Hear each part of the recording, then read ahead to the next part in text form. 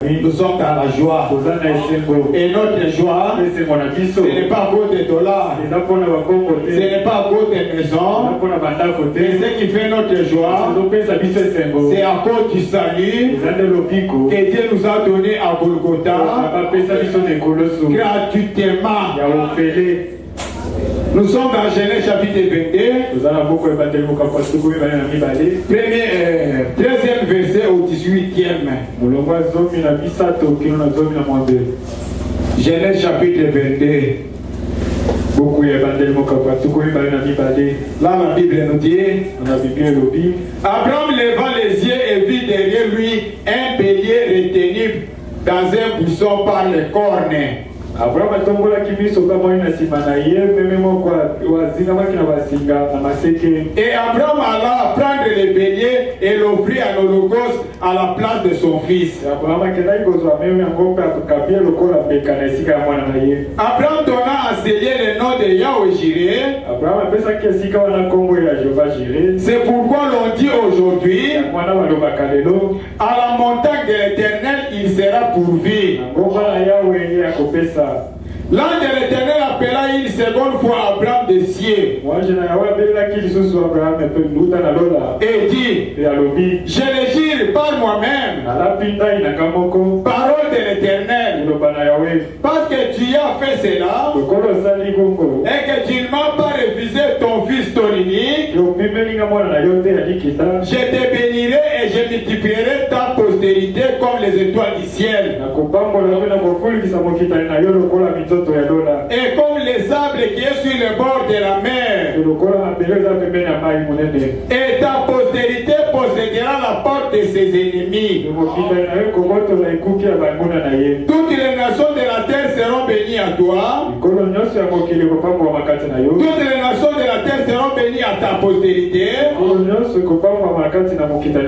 Parce que tu as obéi à ma voix. Et Dieu ajoute la bénédiction à la lecture de sa parole. Amen. Oui, bien aimé, c'est de l'obéissance que Dieu a promis à Abraham que ta postérité possédera la porte de ses ennemis. Donc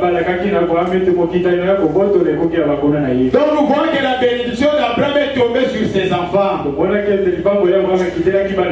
le prophète nous dit nous devons faire attention dans ce que nous disons et dans ce que nous faisons. Parce que nos enfants finiront à récolter cela. Si la bénédiction d'Abraham est tombée sur ses enfants, quand sera-t-il de la malédiction? Dieu avait mis Abraham à l'épreuve. Et Dieu lui a dit, va dans le pays de Morisha, offre-moi ton fils unique, celui que tu aimes là, Isaac. Et Dieu ne lui a pas dit sur quelle montagne. Mais comme Abraham était fidèle à la parole, il devrait obéir. Il a marché pendant 3 jours. Et le 3e jour, il dit au serviteur, vous restez ici avec l'âme, moi et le jeune homme, nous irons pour adorer et nous reviendrons. Bien aimé, les enfants de Dieu devraient être inspirés. Abraham parlait par inspiration. Et les serviteurs sont restés. Lui et les jeunes hommes, ils ont marché sur la montagne. Mais avant d'arriver là-bas, Isaac est devenu curieux. Il demande à son père, je vois les fées, je vois les couteaux, nous avons aussi des bois. Ça c'est quelle sorte d'adoration que nous allons faire ça offrande. Alors Abraham lui dit, mon fils soit calme, l'Éternel se pourvoira lui-même un agneau pour les sacrifices. Bien aimé, arrivez d'abord là où Dieu t'a envoyé. Quand tu arrives là-bas, lui-même il va pourvoir. Et arrivé sur la montagne, nous voyons Abraham ranger les bois. Nous voyons Abraham prendre son fils Isaac les plaçant sur les bois pour les tuer. Oh bien-aimé, dans Jéhovah Jireh, Jéhovah Jireh 57:9.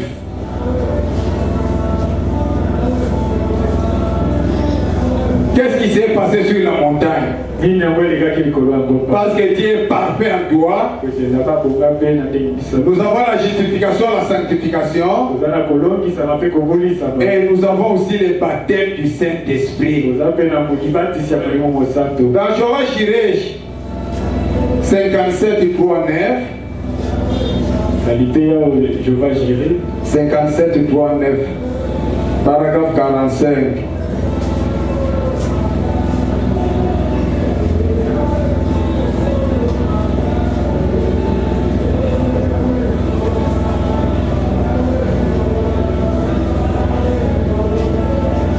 Arrivé là donc, il a pris le petit Isaac, lui a lié les mains derrière le dos,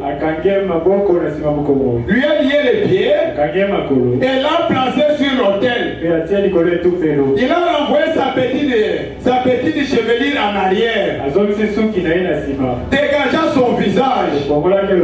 Pouvez-vous vous imaginer ce que ressentait ses pères? Il a dégainé le couteau. Le petit Isaac n'a point protesté. Il n'a point négocié. Il a fait confiance à son père.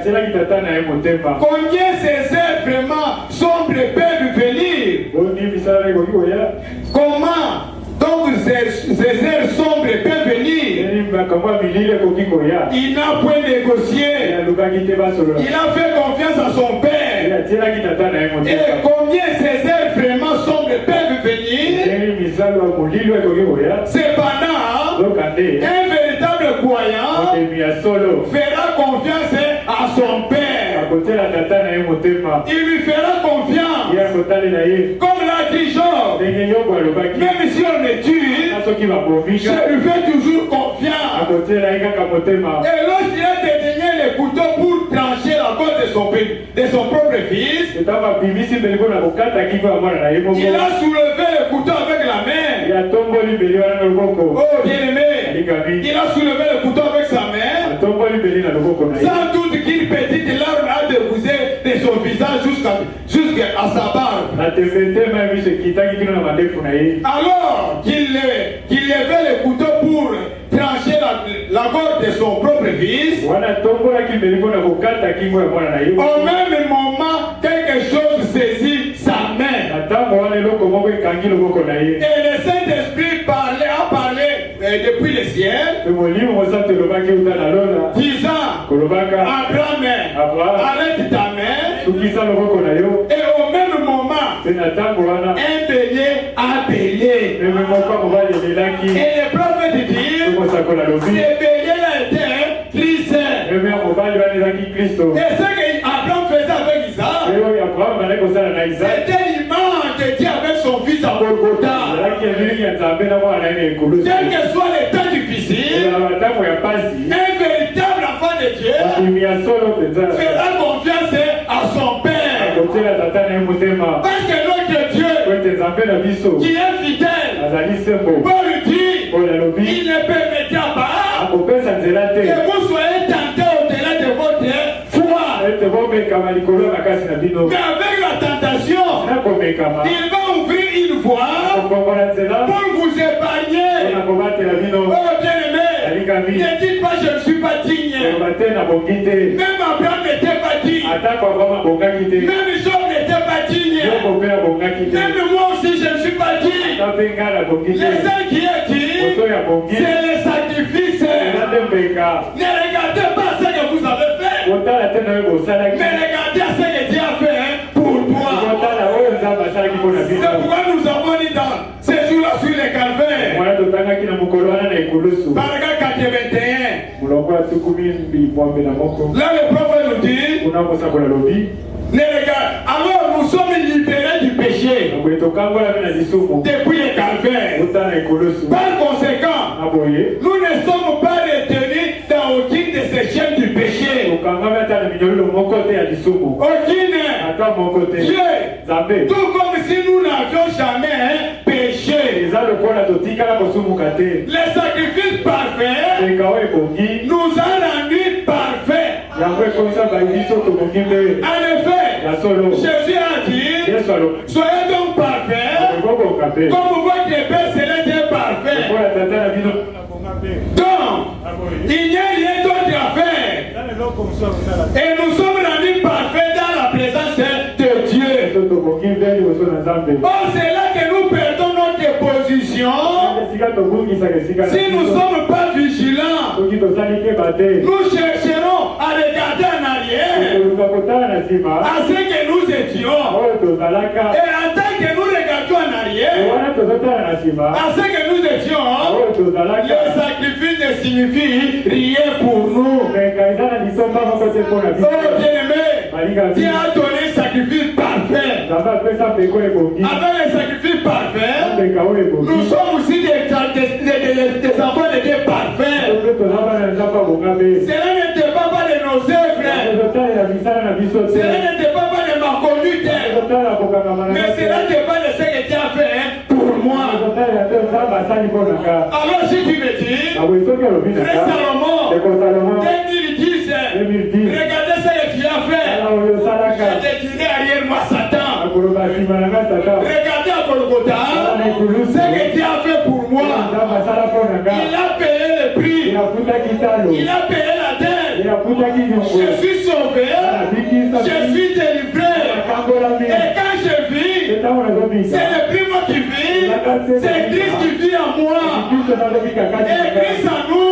L'espérance de la gloire. Oui, bien aimé. Voyez cela. C'est ce que Dieu a fait pour nous. C'est pourquoi Dieu a dit à Abraham, à cause de son obéissance, à cause de sa fidélité, il dit à Abraham, maintenant, je reconnais que tu m'aimes, parce que tu ne m'as pas refusé ton fils unique. Ne fais pas mal à ton fils, mais regarde derrière toi, il y a un bélier. Oh bien-aimé, là-bas sur la montagne, il y avait des lions, il y avait des léopards. D'où est venu cet agneau? La foi a créé un agneau. Si vous avez la foi dans ce Dieu, il n'est pas été mort, mais il est vivant. Si vous avez la foi véritable, la foi créée. Et quand Abraham a regardé, c'était un agneau. Le prophète dit, ce n'était pas une vision, parce que la vision ne saigne pas. C'était un agneau parfait. Il a pris l'agneau, il a égorgé l'agneau, il a sacrifié l'agneau à la place de son fils Isaac. Alors Dieu lui dit, parce que tu as fait ça, ta postérité possédera la porte de ses ennemis. Oui, bien-aimé, dans la prédication, et ta postérité possédera la porte de ses ennemis. Et ta postérité possédera la porte de ses ennemis. 61, 13. Paragraphe 24. Et ta postérité possédera la porte de ses ennemis. Là-bas il dit,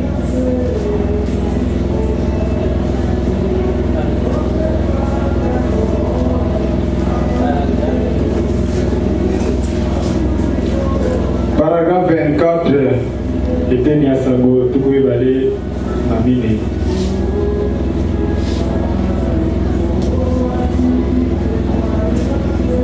Bien. Nous voyons donc que Dieu a dit à Abraham, parce que tu as fait ceci, et il fit passer les patriarches par cette grande épreuve. Il a dit, ta postérité possédera les portes de l'ennemi, de ses ennemis. Les ennemis, c'est au pluriel. Ils posséderont les portes de l'ennemi. famille. Eh bien, il s'agit de sa postérité. Maintenant, en parlant de la postérité, de qui parle-t-il? La postérité, c'est l'église.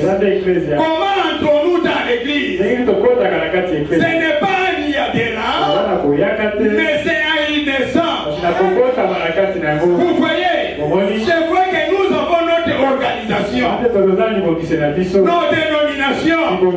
Il n'y a pas de mal dans toutes ces choses. Mais cela ne nous fait pas entrer dans l'église. Nous pouvons adhérer dans chacune d'elles. Pourtant ne pas être dans l'église. Vous n'adhérez pas à l'église. Vous naissiez de nouveau. Oh bien-aimé, vous n'adhérez pas à l'église, mais vous naissez dans l'église. Vous devenez la famille de Dieu. Eh bien, je suis dans la famille de Branham depuis 50 ans. On ne m'a jamais demandé d'adhérer dans cette famille. Parce que je suis un Branham à ma naissance. Je suis né dans cette famille. Je suis Branham à ma naissance. C'est comme cela que vous devenez chrétien. Par la naissance. Et lorsque vous naissez de nouveau, vous devenez une nouvelle créature. Une création en Jésus-Christ. Et toutes les choses anciennes sont passées. Toutes les choses sont devenues nouvelles. Quel merveilleux! J'aimerais poser une question à l'église. Quel plus grand trésor pourriez-vous trouver sur cette terre ce soir? Que vous pouvez trouver ce soir, que vous échangerez contre cette espérance. Eh bien, rien ne pourrait être comparé de quelque manière que ce soit. Cette glorieuse espérance, bien aimé, l'église ne fait jamais de vous chrétiens. L'église ne change personne. Mais il y a une chose qui nous change, c'est la parole de Dieu.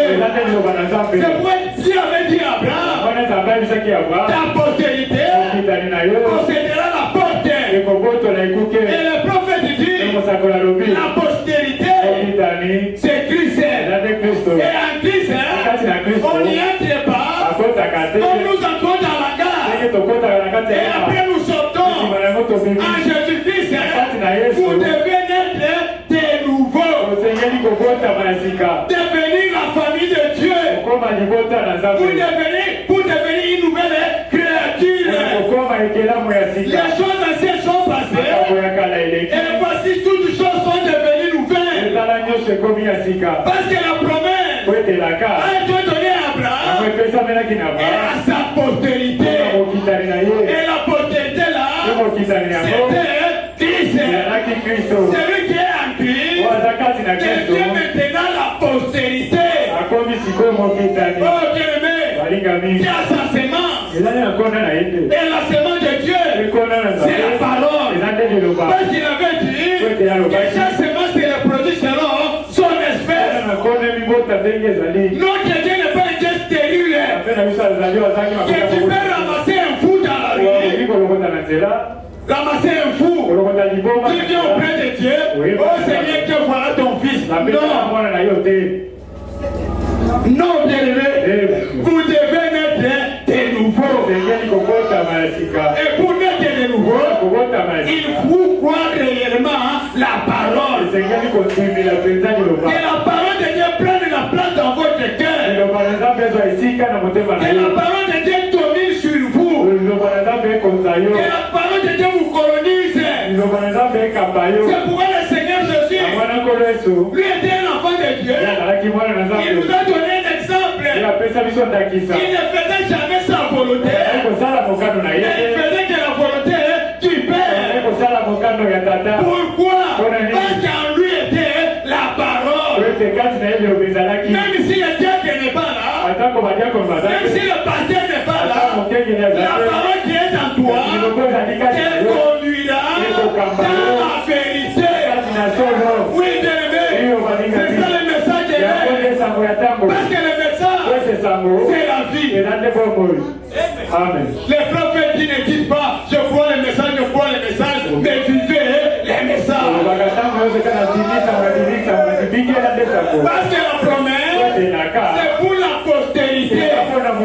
Si tu n'es pas la postérité, si tu n'es pas né de nouveau, la promesse est loin de toi. Même si on te mettait de huile, de tonnerre, de tonneau, cela ne te concerne pas. Parce que Dieu, dans sa parole, il est clair. Il est clair personne. Il est clair de sa parole. Si vous voulez voir la main de Dieu, obéissez à la parole de Dieu. Comme notre père Abraham, il était fidèle. Et dans sa fidélité, Abraham était venu ami de Dieu. Oh bien-aimé, si nous croyons la parole, si nous marchons vers la parole, Dieu devient notre ami. Il honore ta parole. Il exauce ta prière. Il marche avec toi. Il dort avec toi. Il est toujours à côté de toi. Parce que tu es son ami. L'ami fidèle. C'est le Seigneur Jésus-Christ. Jésus-Christ la parole. Oh bien-aimé, vous cherchez quel Jésus? Nous avons Jésus la parole. Parce que notre père Abraham avait des semences. La semence naturelle d'Abraham, c'était Isaac. Et la semence spirituelle, c'était Christ. Nous étions des païens dans le monde, sans Dieu, sans promesse, sans cité en Israël. Mais par le mot de Christ, nous qui étions éloignés, Dieu nous a rapprochés. Il nous a attirés. C'est pourquoi Paul dit, c'est par grâce que vous êtes sauvés au moyen de la foi. Et la foi là ne vient pas de vous. C'est un don que Dieu donne. Ne forcez pas. C'est un don. Le don de la foi. Si Dieu ne donne jamais à personne, tout ce que tu peux faire, ça sera toujours inutile. Oh bien-aimé, nous allons voir la postérité d'Abraham. Parlons un peu de David. Nous sommes dans la prédication la foi par expérience. Parce que le prophète dit, en réalité, ce sont ceux qui ont l'expérience, qui ont la foi. Et il a prêché la foi par l'expérience. Il faut expérimenter Dieu. Il faut témoigner Dieu. Il agit, il délivre, il sauve, il guérit. Il y a plusieurs expériences que tout un chacun pouvait expérimenter. Ne laissez pas l'église un chrétien inactif. La foi par expérience. Paragraphe 18. Mais un jour, là loin derrière le désert, est venu David, le fils d'Isaïe, blond, chignon, redressé, blond, en couleur, teint, blond, un petit manteau de peau de brebis, tenant une fronde en main. Ces géants s'est avancé au mauvais moment. David a regardé et dit, voulez-vous me dire que vous laisserez ces Philistins incirconcis se tenir là et insulter l'armée du Dieu vivant?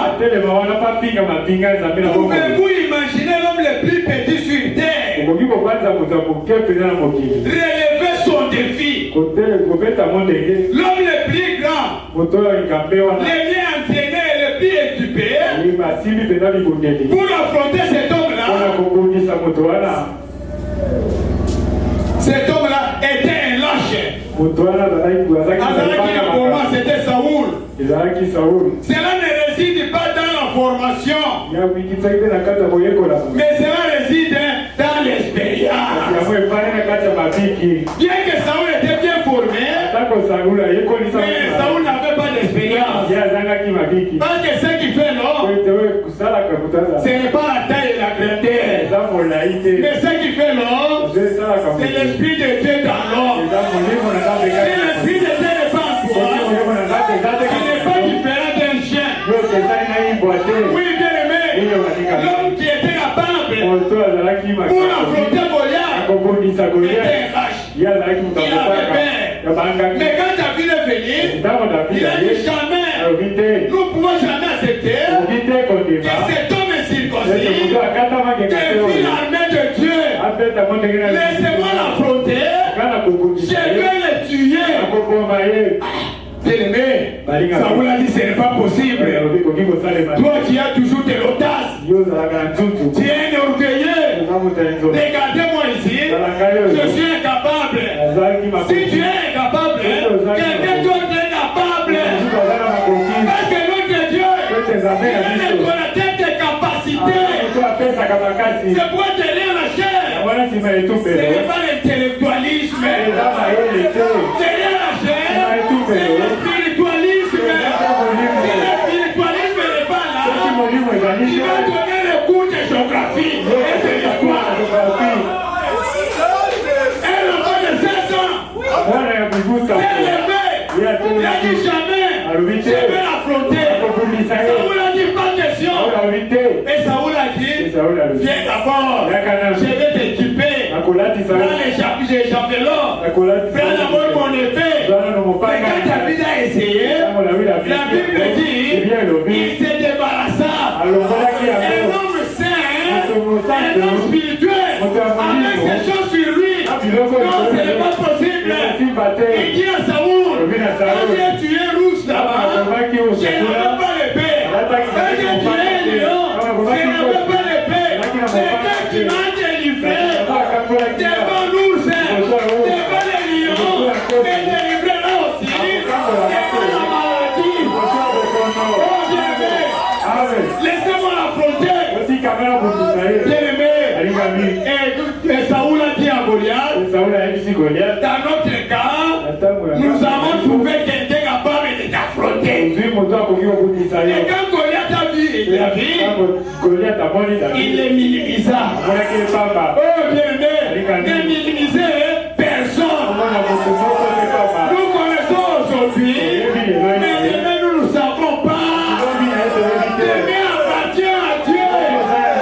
Si vous minimisez, quand quelqu'un veut prêcher, oh il y a du vin. Toi aussi les gens diront, il y a du vin. C'est les systèmes là, c'est ce que tu vas moissonner. Là tu es toujours, il y a du vin, il y a du vin.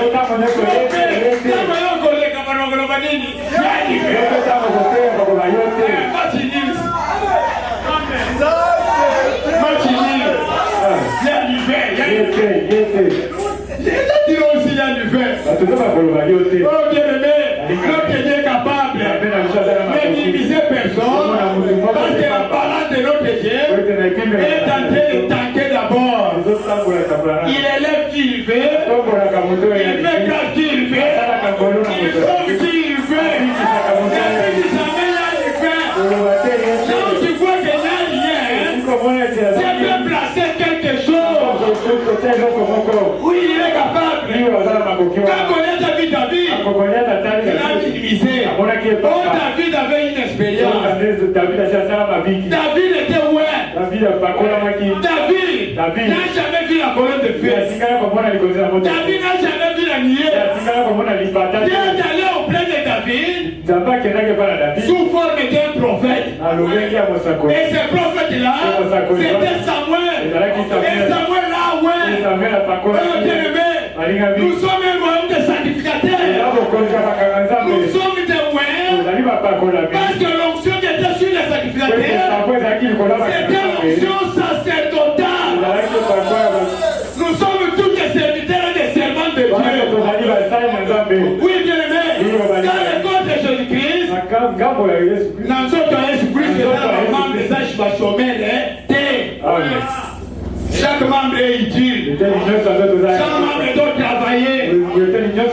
Alors si vous ne voulez pas travailler pour le Seigneur, Dieu vous demandera compte. Tout ça que Dieu nous a donné, la santé, la force, l'argent, les maisons, les enfants, mais tout cela au service de Dieu.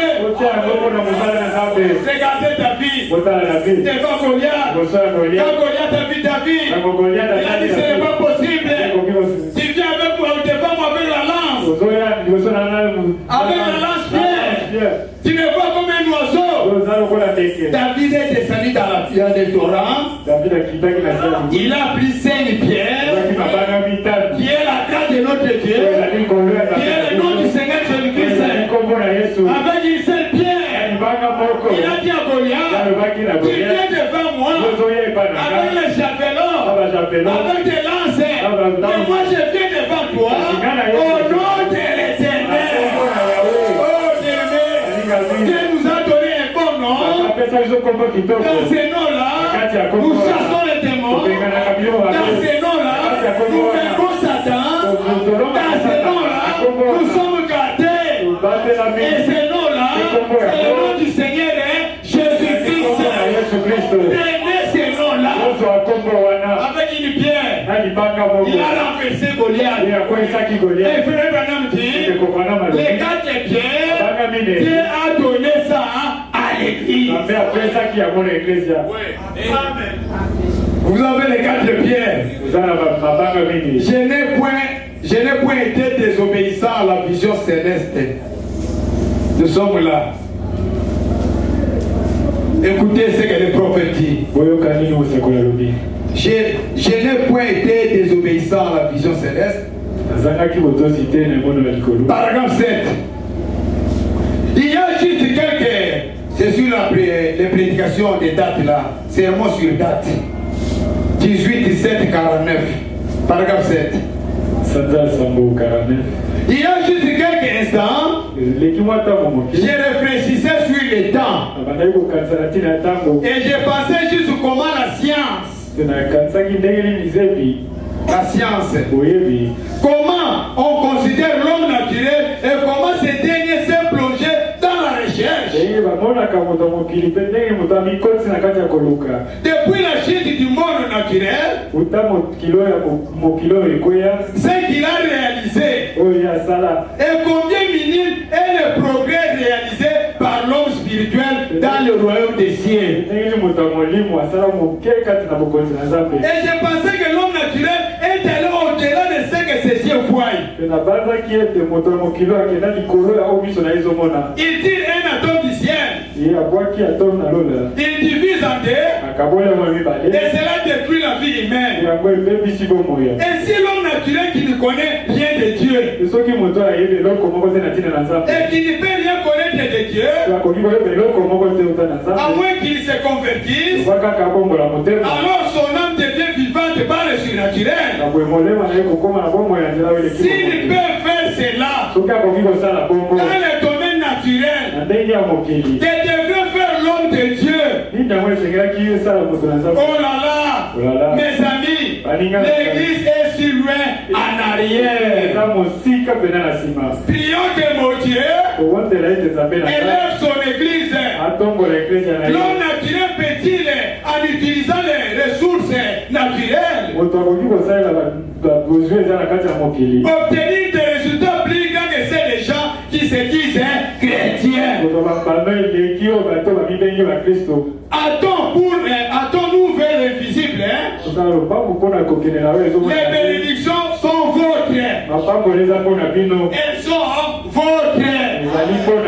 Frère Branham considère l'homme naturel. Aujourd'hui, nous avons vraiment des téléphones super. Nous avons des voitures super. Nous avons des maisons super. Construites par l'homme. Si l'homme naturel peut faire ça, il devrait faire l'homme spirituel. Il devrait faire l'homme de Dieu. L'église est tellement en arrière. Les chrétiens d'aujourd'hui sont incapables de gêner une journée. Mokristo alelo azangi hata bakokea kokila mokolo moko. De prier même il est du temps incapable. Nakobondela ata ngonga moko. Oh, Dieu a donné à l'église 3 vertus. Donc anaweza bapesa ekela bango ya misato. Dieu lui a donné la parole. Ya pesa ya liloba. Dieu lui a donné l'esprit. Apesa ya molimo. Et Dieu lui a donné la prière. Nzambe apesa ya libote. Et les 3 vertus devront marcher ensemble. C'est pourquoi les hommes de science nous surpassent nous des chrétiens. Oh, dans la Bible, dans Jean 14, 12, que dit le Seigneur? Jean 14, 12.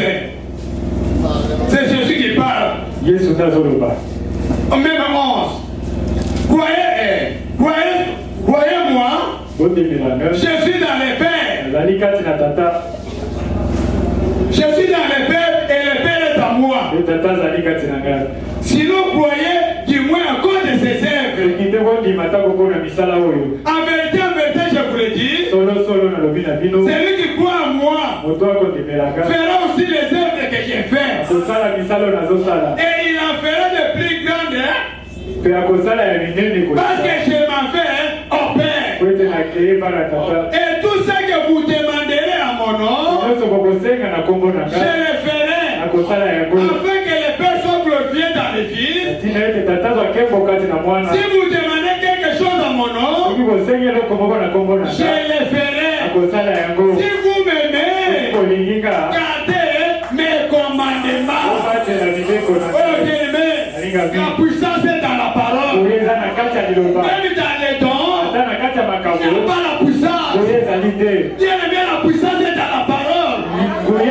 C'est pourquoi Jésus dit, si vous m'aimez, gardez ma parole. Les œuvres que je fais, vous les feriez aussi.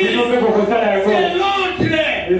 Et il dit, vous en feriez en plus grand nombre. Pourquoi? Parce que je m'en vais au Père.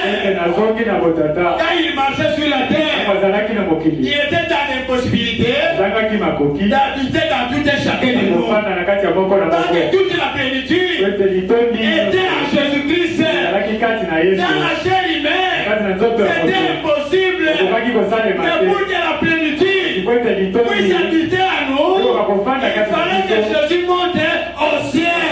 Quand il est monté au ciel, il a renvoyé la divinité. Il a renvoyé le Saint-Esprit sur la terre pour conduire son église. Et il dit encore un peu de temps, le monde ne me verra plus, mais vous me verrez. Je serai avec vous, même à vous, jusqu'à la fin du temps. Il est fidèle, il est le Dieu de sa parole. C'est pourquoi dans Marc chapitre 11, verset 12, Marc 11, 12.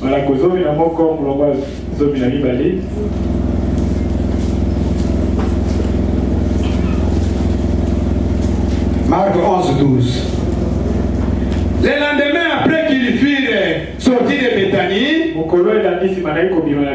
Jésus il vint, apercevant de loin un figuier qui avait des feuilles, il alla voir s'il trouverait quelque chose. Et ça n'était approché, il ne trouva que des feuilles, car ce n'était pas la saison des figues. Prenant alors la parole, il lui dit que jamais personne ne mange de ton fruit.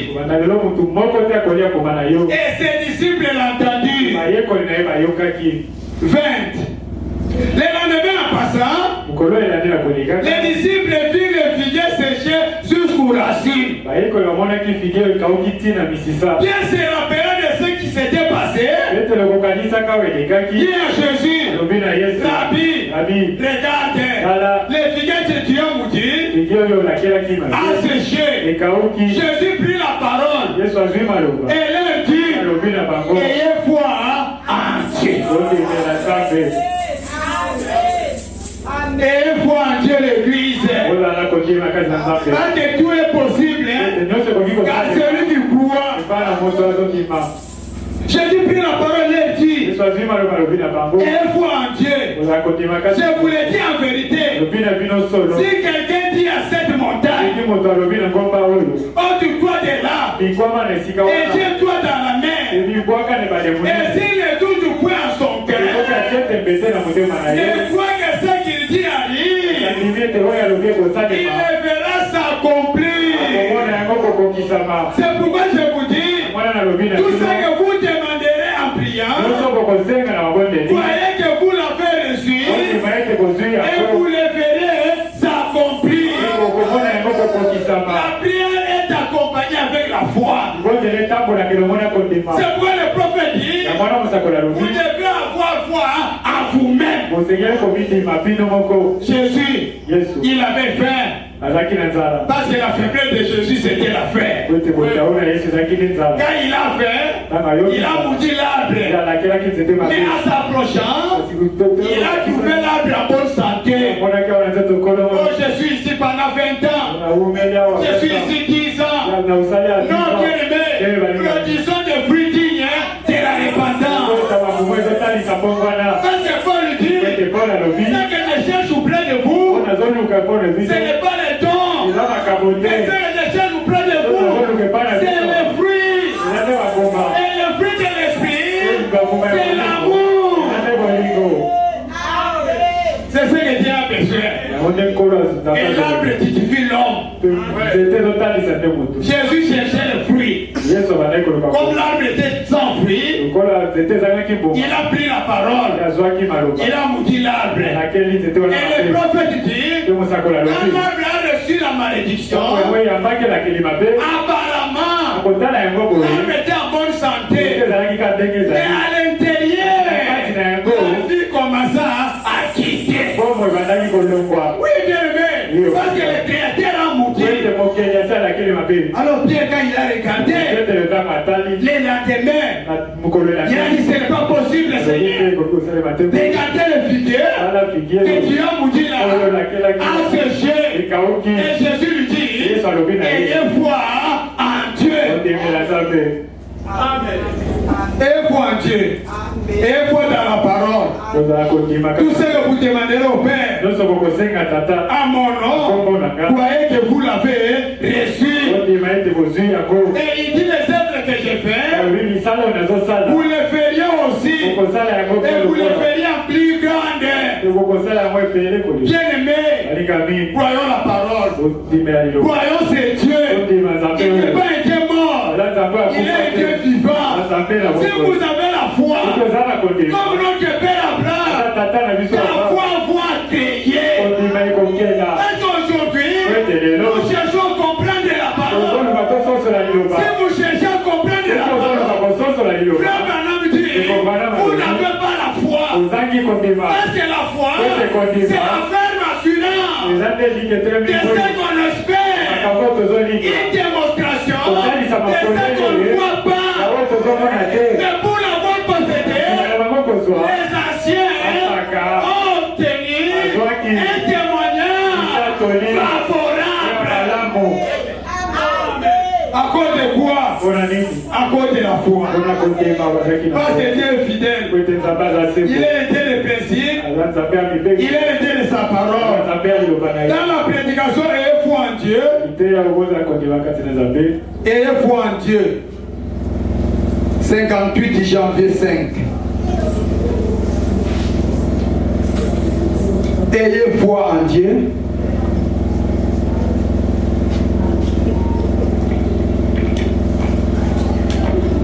« 58 janvier 5, 58. Paragraphe 13. Là, le prophète dit,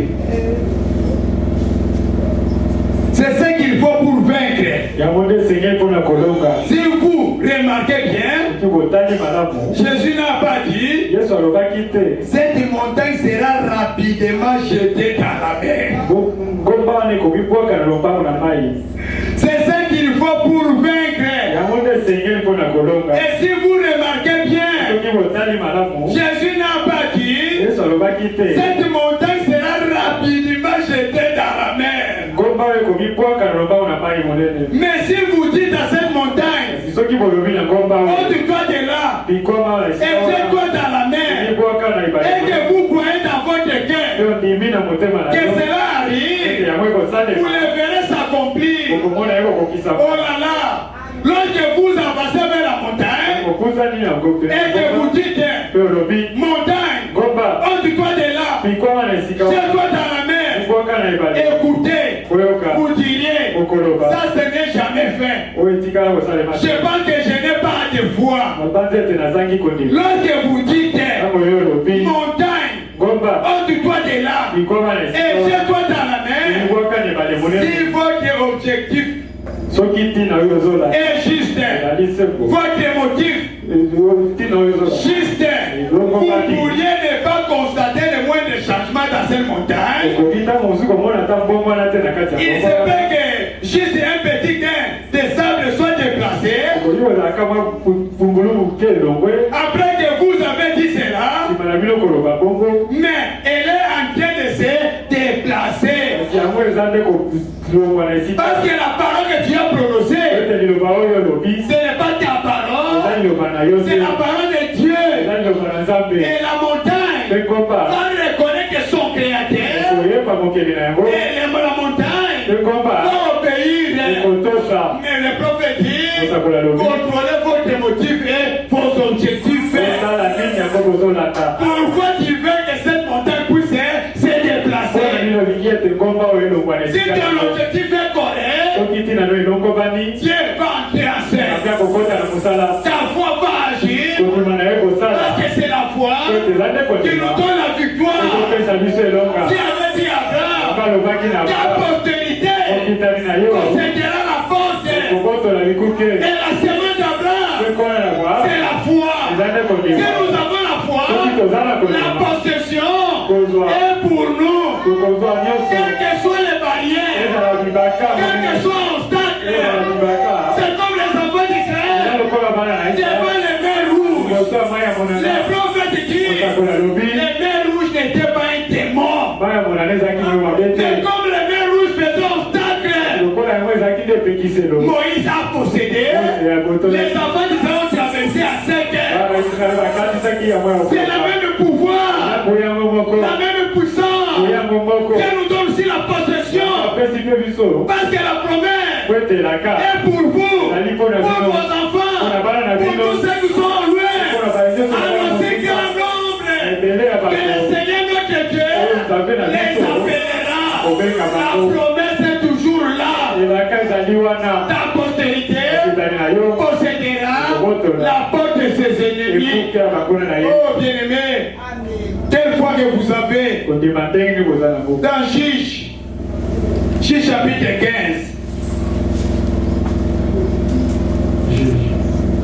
Chiche chapitre 15,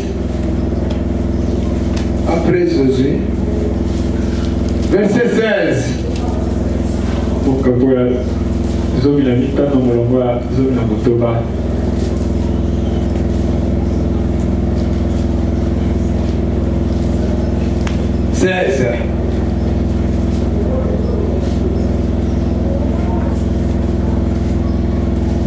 Même 15. 14. Lorsqu'il arriva à l'Égypte, les Philistins poussèrent des cris à sa rencontre. Alors l'Esprit de l'Éternel le saisit. Les cordes qu'il avait au bras devinrent comme du lin brûlé par le feu. Et ses liens tombèrent de ses mains. Il trouva une mâchoire d'âne. Fraîche. Il étendit sa main pour la prendre. Et il a tué 1000 hommes. Et Samson dit, avec une mâchoire d'âne, un morceau de 2 morceaux. Avec une mâchoire d'âne, j'ai tué 1000 hommes. Quand il achevait de parler, il jeta de sa main la mâchoire. Et on appela ce lieu Ramat de Chi. Pressé par la soif, il invoqua l'Éternel et dit, c'est toi qui as permis par la main de ton serviteur cette grande délivrance. Et maintenant, mourrai de soif et tomberai entre les mains des incirconcis. Tu as fendu la cavité du rocher qui était à l'échine et il a sorti de l'eau. Samson dit, son esprit se réanima. Oh bien-aimé, les Jéhovah Jireh d'Abraham, il est le Jéhovah Jireh de David, il est le Jéhovah Jireh de Samson, il est le Jéhovah Jireh pour toi. Qui peut accepter avec une mâchoire? Samson, tu as 1000 Philistins. Bien-aimé, l'autre Dieu surnaturel. C'est que lui fait surnaturel. C'était les choses anormales. Ce n'était pas Samson, mais c'était Dieu en Samson. Et le prophète dit, si quelqu'un ne croit pas au surnaturel, il n'est pas né de nouveau. Dieu surnaturel. Comment tu peux refuser le surnaturel? C'était impossible.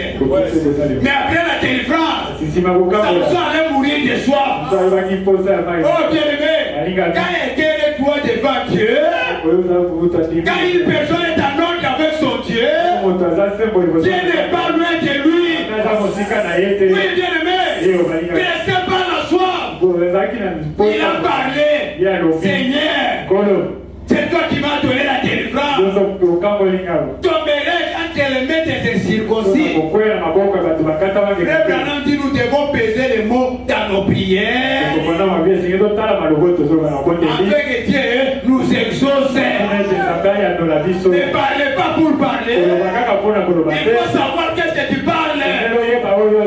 Seigneur, toi qui m'as guéri, mais laisseras-tu tomber entre les mains de ces gens incirconcis? Oh bien-aimé, la foi créée, Dieu est descendu, il a créé l'eau, il fendit la cavité du rocher et l'eau est sortie. Qu'est-ce qui a créé l'eau? C'est la foi de Samson. Oh c'est Dieu, oh c'est Samson, c'est à toi de choisir. C'est Samson. Maintenant tu es Dieu ou tu es Samson. Frère Branham un jour, il parlait dans son église comment les équilibres ont été créés. La sœur a dit qu'il était là, elle a dit amen à la parole. Et cette esprit est descendu et il a dit à Branham, dites à ma fille, elle demande ce qu'elle veut, que tu le donnes.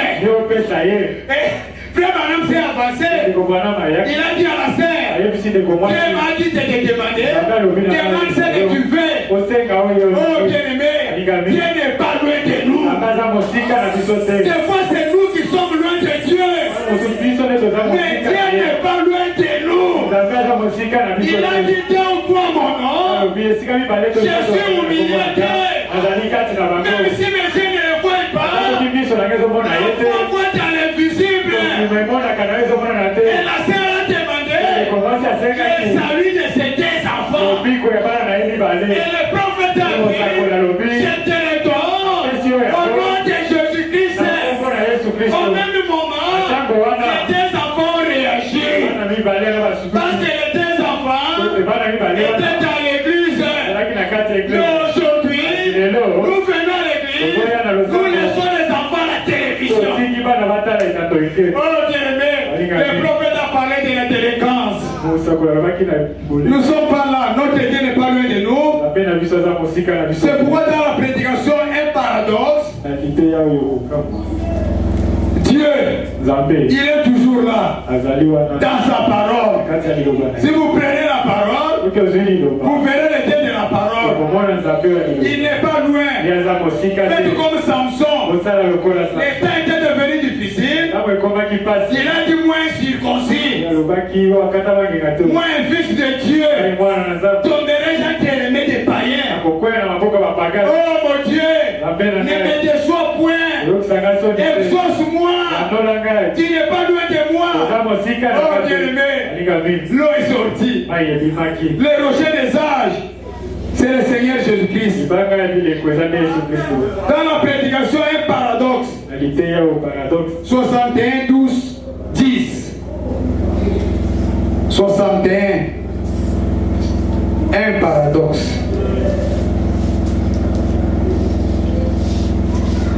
Oh,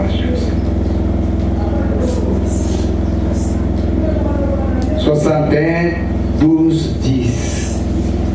C'est le premier là. Dans son paragraphe 154. 154.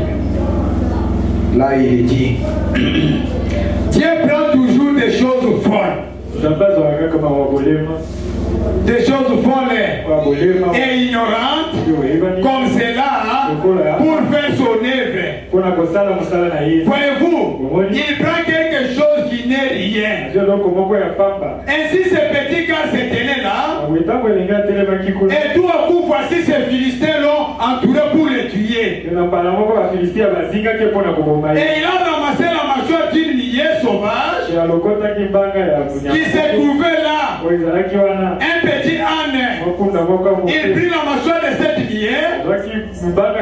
Et l'Esprit du Seigneur est venu sur lui. Il s'est produit un paradoxe. À l'aide de la mâchoire d'une liée, il a déposé ce casque de 2 cm d'épaisseur que ces gens portaient sur leur tête. Avec la mâchoire d'une liée. Eh bien, au premier coup qu'il aurait donné, avec cette vieille mâchoire de ces chiens qui gissaient là, celle-ci aurait éclaté en 1000 morceaux en s'étant contre le sommet de ces casques. Ou contre ces grands boucliers. Lorsque 1000 hommes se sont liés sur lui, il les a tous massacrés. Un paradoxe. C'est lorsque l'Esprit du Seigneur est venu sur lui. Ce n'était pas Samson, mais c'était l'Esprit de Dieu sur Samson.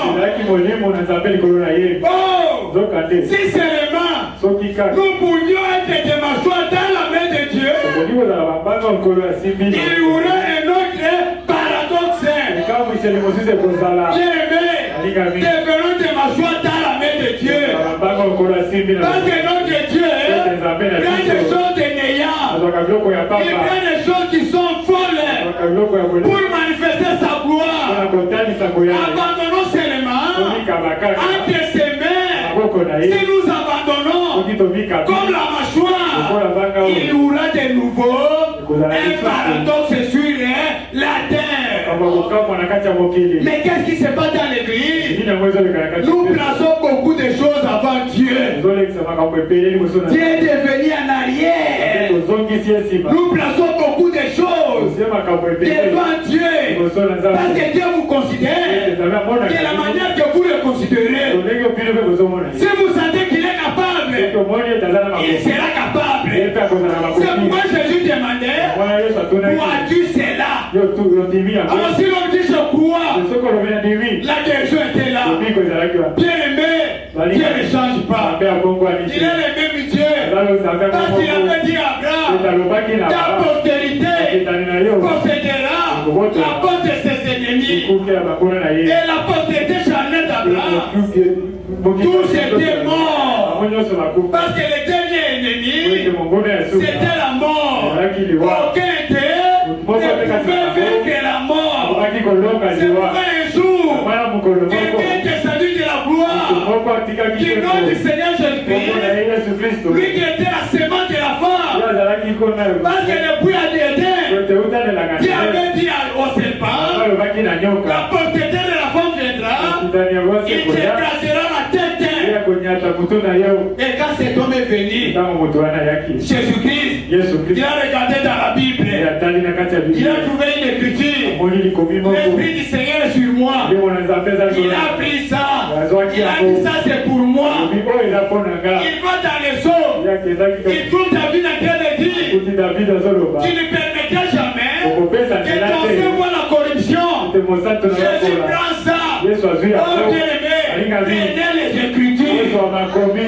Ce qui faisait la faute de Jésus, c'était la parole de Dieu. C'est quoi devant Satan? Il n'a pas utilisé son don, mais il a utilisé la parole. Avec la parole, il a vaincu Satan. Et avec cette parole, il a dit j'ai le pouvoir de donner ma vie, j'ai le pouvoir de la reprendre. Et les Juifs vont commencer à interpréter. Oh, il a dit, mais quand il a dit, c'est ce qu'il a dit, non? C'est sa parole. Ne comprenez pas la parole, mais voyez la parole. Il est le Jéhovah Jireh pour nous. C'est lui qui pourvoira. Sa parole est la même. Sa parole ne change pas. Si vous devenez de ma joie dans la main de Dieu, devenez des paradoxes. Parce que notre Dieu ne travaille pas avec les animaux. Notre Dieu ne travaille pas avec les arbres. Dieu le Saint-Esprit, il descend sur l'eau. Parce que l'homme est l'agent de Dieu. Si pour cet homme-là, il fera des paradoxes. Parce que la colonne de feu, quand ça descend, lui la dynamique, il doit trouver la mécanique. Il doit trouver, non? Il doit trouver une fille de Dieu. Il doit trouver une fille de Dieu à laquelle il peut travailler. Mais si nous nous reculons, oh bien-aimé, Paul dit, nous ne sommes pas de ceux qui se reculent pour se perdre. Mais nous sommes de ceux qui ont la foi pour sauver nos âmes. Ne reculez jamais. Ne fais jamais marche arrière. Nous sommes des soldats de la foi. Nous avançons en avant soldat chrétien. Parce qu'un chrétien, c'est un combat. Sa vie sur la terre, il est un combat. Et notre combat, c'est avec des frères et des sœurs. Non, bien-aimé, un élu ne combat jamais un élu. Comment toi tu as le Saint-Esprit? Moi, le Saint-Esprit, et nous nous combattons. Non, bien-aimé, Dieu ne peut être des autres. Il est le Dieu d'autres. Il est le Dieu de sa parole. Même les petites choses. Ne vous battez pas que vous. Votre seul ennemi, c'est le diable et Satan. Et le combat que nous combattons, c'est le combat de la foi. Gardons la foi. Gardons la parole. Parce que rien ne peut vaincre la parole. Celui qui a la parole, c'est un vainqueur. Parce que le combat, c'est un combat différé. Jésus l'a déjà vaincu. Moi je suis en train de combattre dans la victoire. Et si la victoire de Golgotha vous appartient, les prophètes disent, quand la guerre faisait rage entre Japon et Amérique, les Américains suivaient la guerre par des radios. On suivait comment les journalistes parlaient de la guerre. Et quand les journalistes ont crié victoire, c'était des cris de joie partout en Amérique. Les femmes chantaient, les hommes chantaient, les enfants criaient victoire, victoire. Pourquoi? Parce que l'Amérique a pris le dessus sur le Japon. Mais après la victoire, qu'est-ce qui s'est passé? Chaque Américain devrait entrer dans sa maison, vérifier sa maison. S'il trouve son téléphone écrit là-dedans, fabriqué en Japon, il prenait ça et jetait ça dehors. S'il trouve la télévision, marque japonais, il jetait ça il trouve la voiture, marque japonais, il jetait ça dehors. Pourquoi? Parce que nous les Américains, nous avons vaincu les Japonais. Bien aimé, les prophètes disent, si les chrétiens pouvaient faire cela, nous chantons la victoire de Golgotha, et dans nos maisons, nous gardons les choses du diable. Comment cela peut se faire? C'est inexplicable. C'est la victoire de Golgotha pour vous. Contrôlez votre maison là-bas. Prenez votre fétiche là. La bouteille là. Les diplômes là. Jetez cela dehors. Parce que c'est fabriqué par Satan.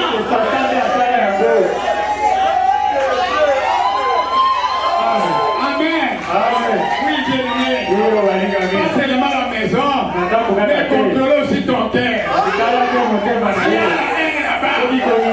Fabriqué par Satan. C'est ça, dehors. C'est simple. C'est domestique. C'est fabriqué par Satan. Prenez ça. Qui lui, toi Satan, Jésus t'a vaincu à la croix. Tu n'as pas de droit ici. Sors. Et il va sortir. Oh bien-aimé, la victoire de Golgotha.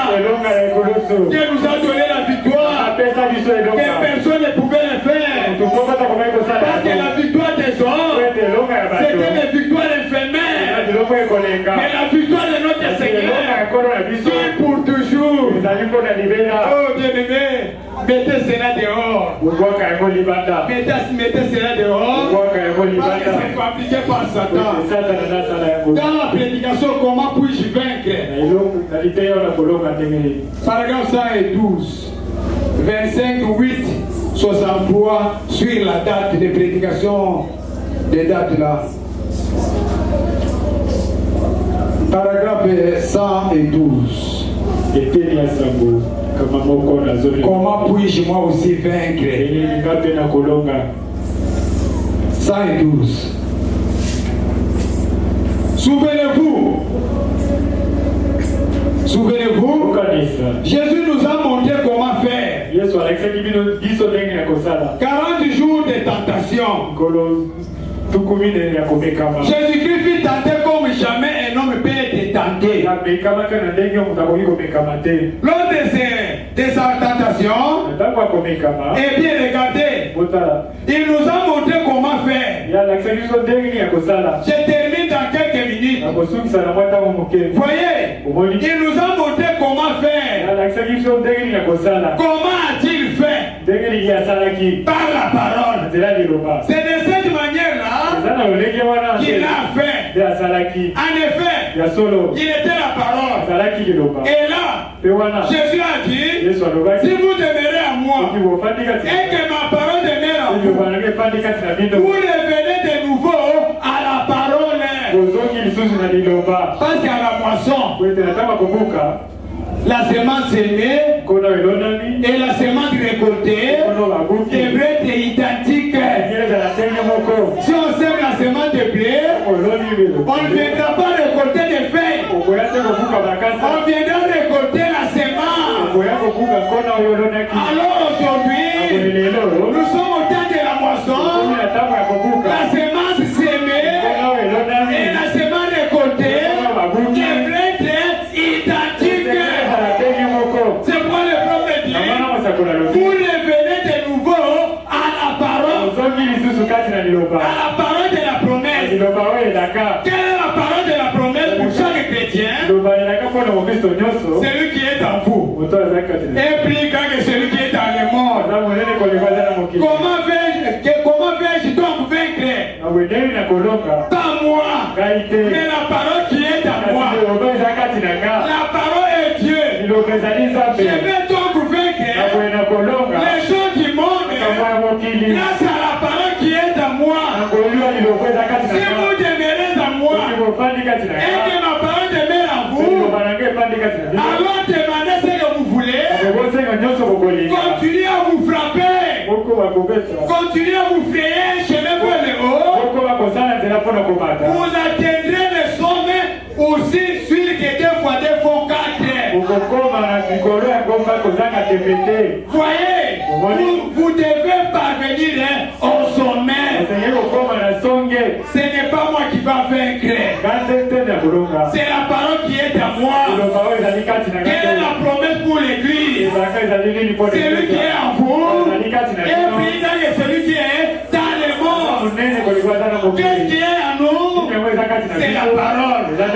La parole fait chair qui est en nous. Quand toi tu parles, ce n'est pas toi, mais c'est la parole en toi. Dieu qui est en toi, c'est lui qui va parler de sa parole. C'est pourquoi, bien aimé, là-bas au Calvaire, quand Jésus est monté à la croix, le diable a commis une erreur pour faire monter cet homme à Golgotha. Parce que là-bas à Golgotha, c'était le rendez-vous avec tous les démons. Quand Jésus a vu la mort, il s'est divisé en 3 parties. Il prend son esprit, il envoie ça au ciel, il prend son corps, il dépend dans la tombe, et son âme descend au séjour des morts pour l'aller délivrer. Abraham, sort, Daniel, les autres qui étaient dans la prison. Parce que le diable tenait entre ses mains la clé. Quand Jésus est descendu là-bas, les prophètes disent dans ses corps, il ne pouvait pas les faire. Il a pris la mort pour descendre dans les séjours des morts. Arrivant là-bas, il a trouvé le diable avec la clé. Et il a dit, c'est donc sur la terre, je ne l'ai pas eu. Mais ici, je vais le voir. Jésus lui a dit, donnez-moi la clé. Il a résisté. Jésus lui a donné un coup de pied. Il a lâché la clé. Oh Dieu aimé, il est descendu. Et il a vu Abraham. Abraham a dit, oh Sarah, voilà l'homme que nous avons vu sur le chef de Mamré. Il est là. Il a ouvert à Abraham. Il a dit Abraham sort. Il a parcouru. Arrivé là où des jours. Job l'a vu. Job s'est crié. Voici mon rédempteur. Il a ouvert. Il a dit Job sort. Il a parcouru. Il a vu Daniel. Daniel a dit voici la pierre qui descendait de la montagne. Oh Dieu aimé. Il a ouvert Daniel. Et Daniel sort. Et le 3e jour, il est sorti avec le sein. Et il a dit, maintenant, tout pouvoir a été donné par mon Père. Oh Dieu aimé, les peuples ont vu Abraham en train de marcher avec le Seigneur. Quand ils l'ont vu, ils les ont reconnus à des clins d'œil. C'est pourquoi le prophète dit, l'enlèvement se fera 5 fois sur la terre. Les premiers c'était avec Enoch, avec Élie, avec Jésus, avec nous, avec Apocalypse 11. Et quand il montait au ciel, il était là, priait, porte, élevé pour le dos, que le roi de gloire fasse son entrée. Et les gens qui étaient au ciel répondaient, qui est ce roi de gloire qui vient ici? Oh Dieu aimé, les puissants conquérants, c'est le Seigneur Jésus-Christ. Prenez le nom de Jésus pour chasser les démons. Et Dieu vous bénisse. Et Dieu vous bénisse. Amen.